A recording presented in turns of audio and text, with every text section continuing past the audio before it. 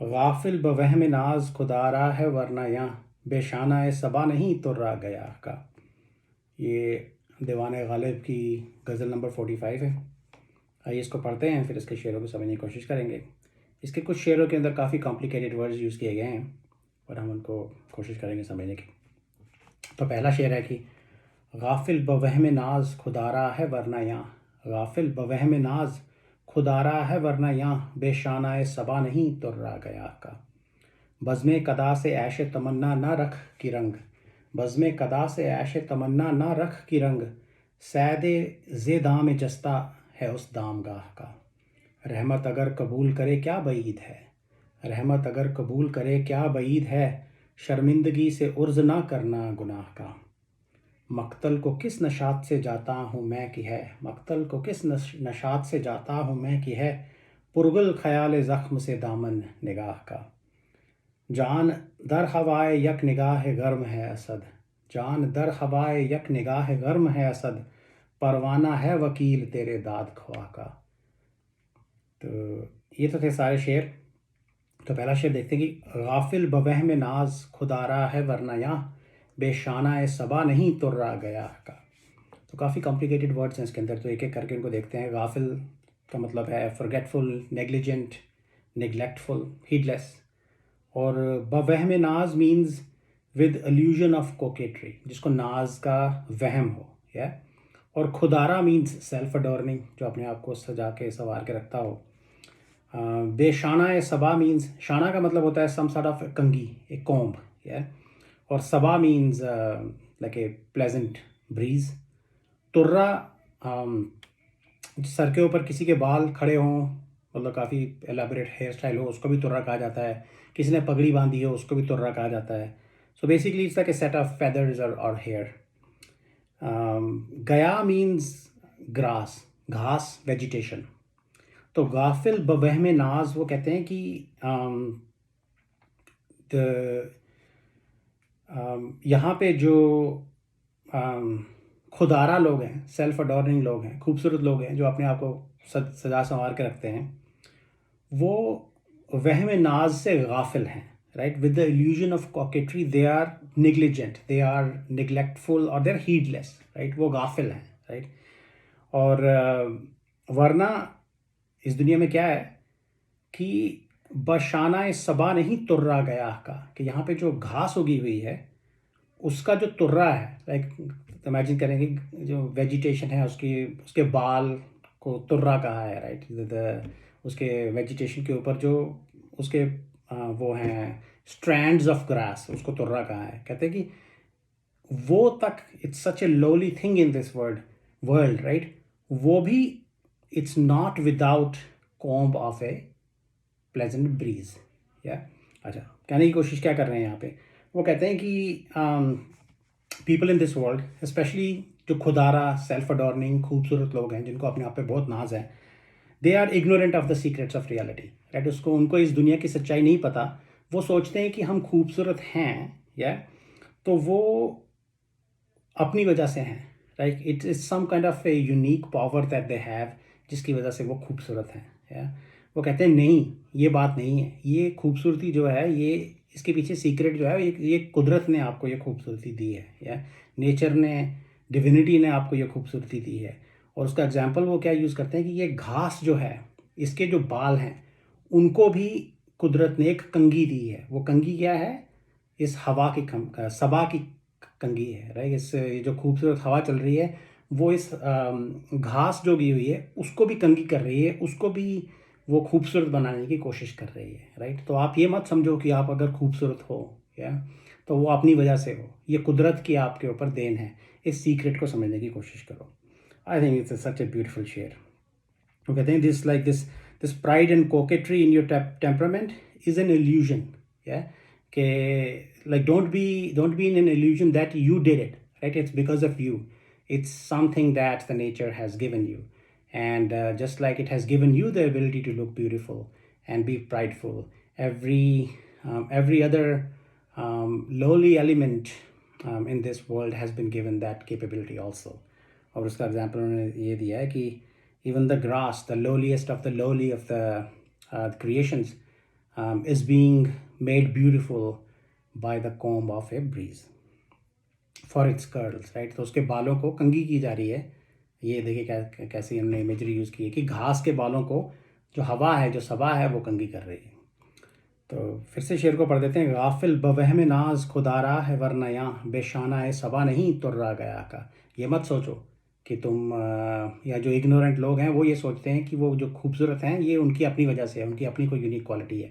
ऐसा नहीं है। कुदरत ने घास तक को एक सबा की कंघी जो है वो अदा की है खूबसूरत बनाने के लिए। तो आपकी खूबसूरती जो है वो भी कुदरत की देन है, राइट? आपकी अपनी कोई यूनिक क्वालिटी नहीं है। अच्छा, तो अगला शेर देखेंगे। बज़्म कदा से ऐश तमन्ना ना रख की रंग सैद जे दाम जस्ता है उस दाम गाह का।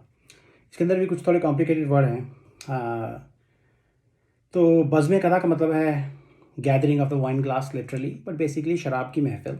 और कदा जो है इट्स अ वाइन ग्लास। ऐश तमन्ना इज़ लॉन्गिंग फॉर एन्जॉयमेंट। या वो कहते हैं कि, और चलें पहले पूरे मतलब को देख लेते हैं। सैद जे दाम जस्ता का मतलब है सैद इज़ लाइक ए प्रे, जो किसी जाल के अंदर फंस जाता है। वो कहते हैं कि ये जो रंग है, रंग को हम डिफ़ाइन करेंगे आगे क्या है। इन्जॉयमेंट समझ सकते हैं इस महफिल की, आपके चेहरे के ऊपर जो रंग आया है वो समझ सकते हैं। उसको उन्होंने कंपेयर किया है एक ऐसे जानवर से या ऐसे प्रे से जो कि कूद पड़ा है, जो दाम है, जो नेट है जिसके अंदर वो फंसा हुआ था, उसके अंदर से वो कूद पड़ा है। यार तो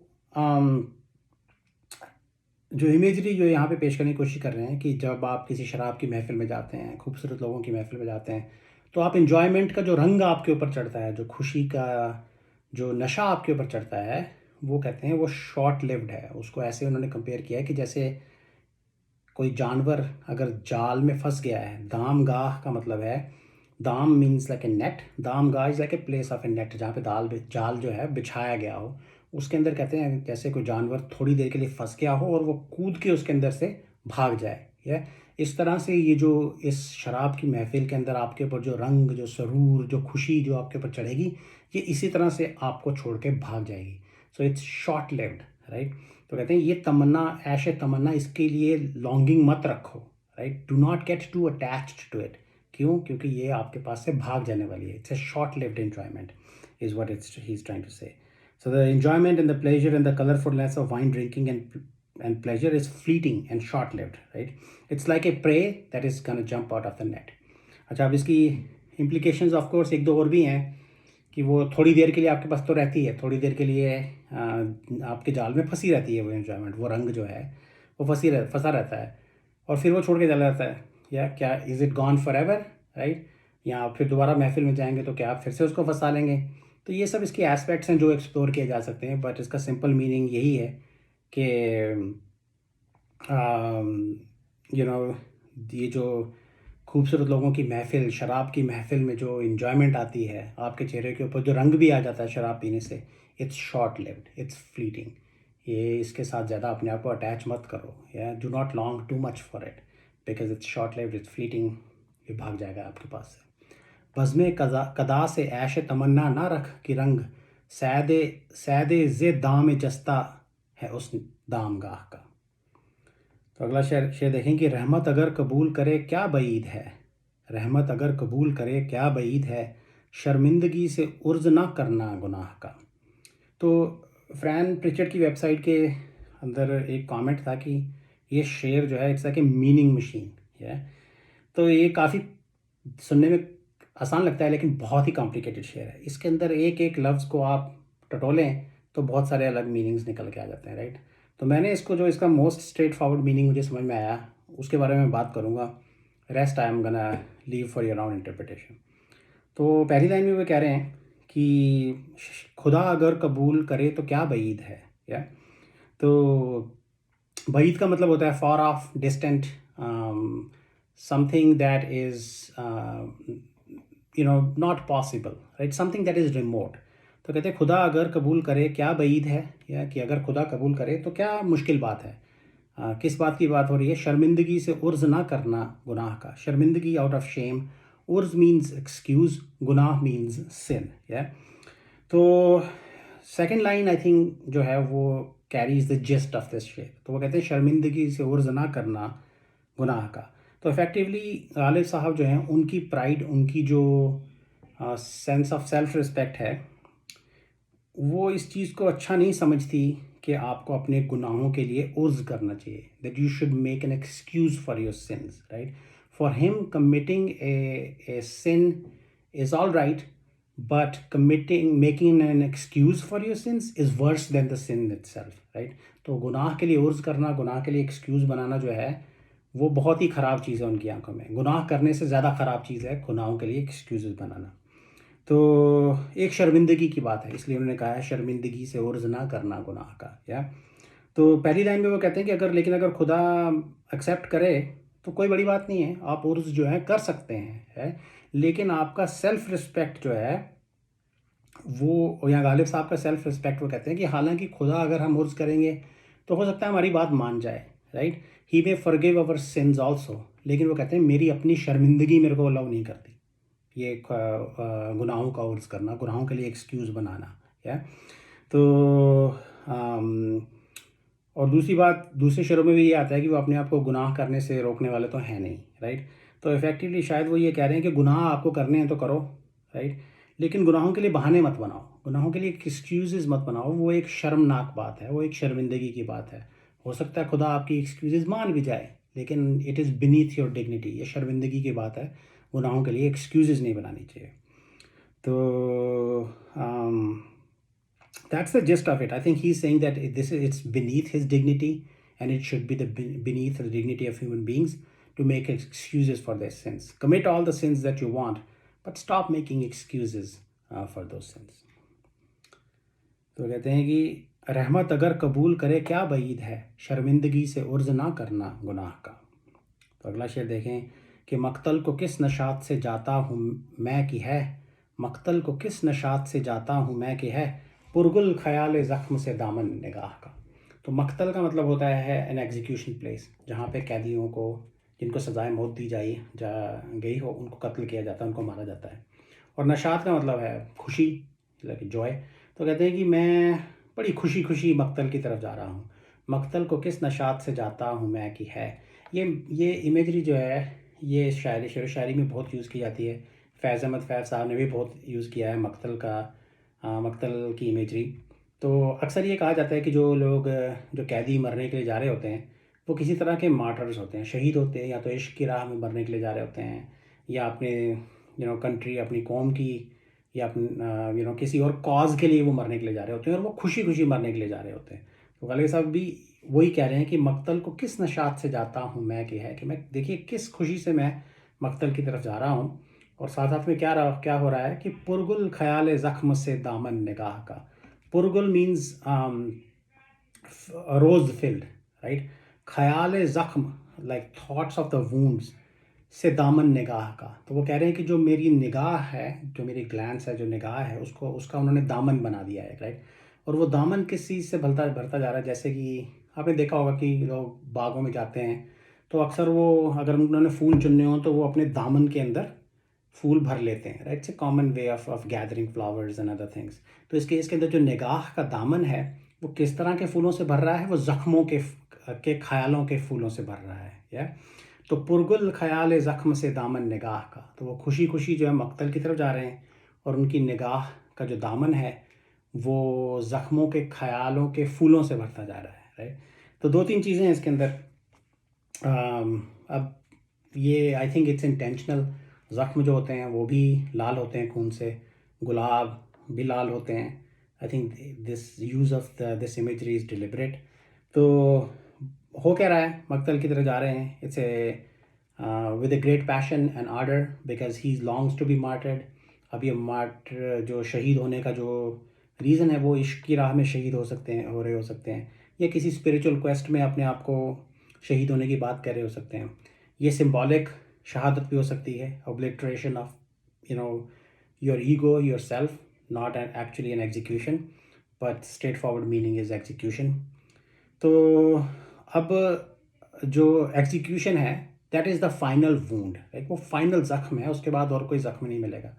लेकिन इस राह पे उनको पहले कुछ ज़ख्म मिले होंगे, या ऐसा हो सकता है कि अगर उनको कत्ल जब किया जाएगा उससे पहले उनको ज़ख्म लगें कुछ, राइट, उन ज़ख्मों के ख्याल से उनका दिमाग जो है वो खुश हो रहा है, उनकी निगाह का जो दामन जो है वो ऐसा लग रहा है कि जैसे फूलों से भर गया है, राइट।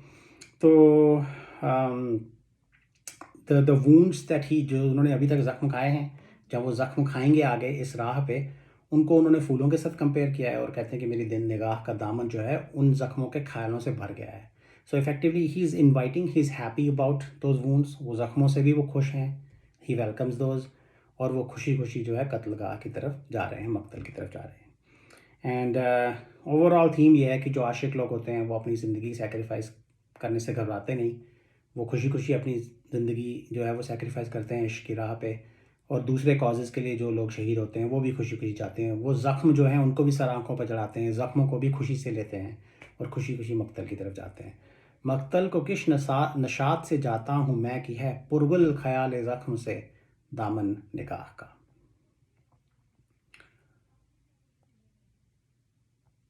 अच्छा, एक और इसका एस्पेक्ट था जो फ्रैंक पिक्चर की वेबसाइट पे मैंने पढ़ा कि ऐसा भी हो सकता है, ऐसा कहा जाता है कि जो लोग शहीद होते हैं वो जन्नत में जाते हैं, और जन्नत के जो गार्डन्स हैं उनको भी बहुत डिस्क्राइब किया गया है, शेर व शायरी में भी यूज़ किया जाता है। तो ये भी हो सकता है कि वो मरने के लिए जा रहे हैं पर वो शहीद हैं, उनको पता है कि अब वो जन्नत में जाएंगे, तो जिन गुलों की वो बात कर रहे हैं, those are flowers in the garden of paradise, that could be another aspect of that what he's imagining, and that's another reason for him being approaching his death with a unique joy. अच्छा, अगला शेर देखें, इसके अंदर भी गालिब साहब की imagination देखें। कहते हैं कि जान दर हवाए यक निगाह गर्म है असद, जान दर हवाए यक निगाह गर्म है असद, परवाना है वकील तेरे दाद ख्वा का। तो पहली लाइन का मतलब ये है, जान मीन्स लाइफ। वो कहते हैं कि my life is dependent on the desire of a single hot glance, या तो हॉट ग्लैंस किसका है? महबूब की निगाह की बात की गई है, निगाह गर्म, उसकी महबूब की निगाह में इतनी गर्मी होती है, राइट, इतनी शिद्दत होती है, उसके लिए वो डिज़ायर भी रखते हैं, उनको चाहिए भी वो, लेकिन जब वो महबूबा उनकी तरफ देखेगी उसकी निगाह की गर्मी से वो ख़त्म भी हो जाएंगे, राइट, लेकिन उनकी जो ज़िंदगी जो है वो इस पर डिपेंडेंट हो गई है, राइट, उसको चाहिए, he longs for this hot glance of the beloved, right. तो पहली लाइन में वो ये कह रहे हैं कि my life is now dependent upon like desire to get a hot like glance from the lover, like full attention, a glance of full attention, and obviously उसके अंदर बहुत गर्मी होगी महबूब की, निगाह में गर्मी या इंटेंसिटी जो है वो तो कॉमन थीम है जो कि आशिकों को मार भी देती है। और दूसरी लाइन में वो कहते हैं परवाना है वकील तेरे दाद ख्वाह का, दाद ख्वाह का मतलब है जस्टिस सीकर। तो वो पहली लाइन में उन्होंने कहा कि उनकी डिज़ायर है ये, राइट, उनको मिली नहीं है ये, he has to make a case for it, right, महबूब को कन्विंस करना पड़ेगा कि मेरे को तू वो निगाह गर्म दे, राइट। उस केस को आर्ग्यू करने के लिए उन्होंने अपना वकील जिसको अपॉइंट किया है वो कौन है? परवाना। परवाना इज़ ए मॉथ, है। तो ये कॉमन इमेजरी है कि जो परवाना होता है वो शमा कैंडल से इश्क करता है, right, he longs to go and throw himself into the flame and basically merge with the flame, effectively destroys, he loves the flame so much that he destroys himself in the flame and becomes one with the flame. उसकी ज़िंदगी ख़त्म हो जाती है परवाने की, लेकिन वो फ्लेम के साथ मर्ज कर देता है। और इसी सिचुएशन को उन्होंने जो परवाना है उसको जलना है शमा में, गालिब साहब को भी अपनी महबूब की गर्म निगाह में जलना है, लेकिन वो निगाह उनको मिल नहीं रही, राइट। तो इस केस के अंदर वो कहते हैं कि अपना ये मुकदमा, अपनी पटिशन जो है इसको महबूब के सामने आर्ग्यू करने के लिए मैंने परवाने को वकील जो है अपॉइंट किया है अपना। परवाना क्या कर सकता है? वो बेसिकली महबूब को दिखा सकता है कि प्यार क्या होता है, राइट। महबूब के सामने जाके वो शमा के अंदर जल के उसको दिखा सकता है कि देख ये होता है प्यार, राइट। और गालिब बता सकता है महबूब को कि what I am doing, destroying myself in the flame, because I love the flame, I want to merge in the flame, this is what Mirza Ghalib wants to do also. तो तू अपनी ये निगाह गरम गालिब साहब को दे दे, राइट। और that's what the Parwana is gonna argue on Mirza Ghalib's behalf, है। So the moth is gonna burn itself over the candle and show this spectacle of surrendering or its life or one's life for the beloved. And this is exactly what Mirza Ghalib longs to do. He wants to enjoy the destruction of his life with one hot glance of the beloved. And the moth is going to argue the case for Mirza Ghalib. जान दर हवाए यक निगाह गर्म है असद परवाना है वकील तेरे दाद ख्वा का. Yeah. So in this case, to summarize, the lover Mirza Ghalib somehow feels that that hot glance is owed to him, right? And he's filing a petition, and he has appointed the moth as his attorney to argue that petition. And what the moth is going to do, it's going to destroy itself in the flame and show the beloved the kind of longing that Mirza Ghalib also has for her hot glance. ये तो थी पूरी गज़ल. I hope it made sense. Thank you.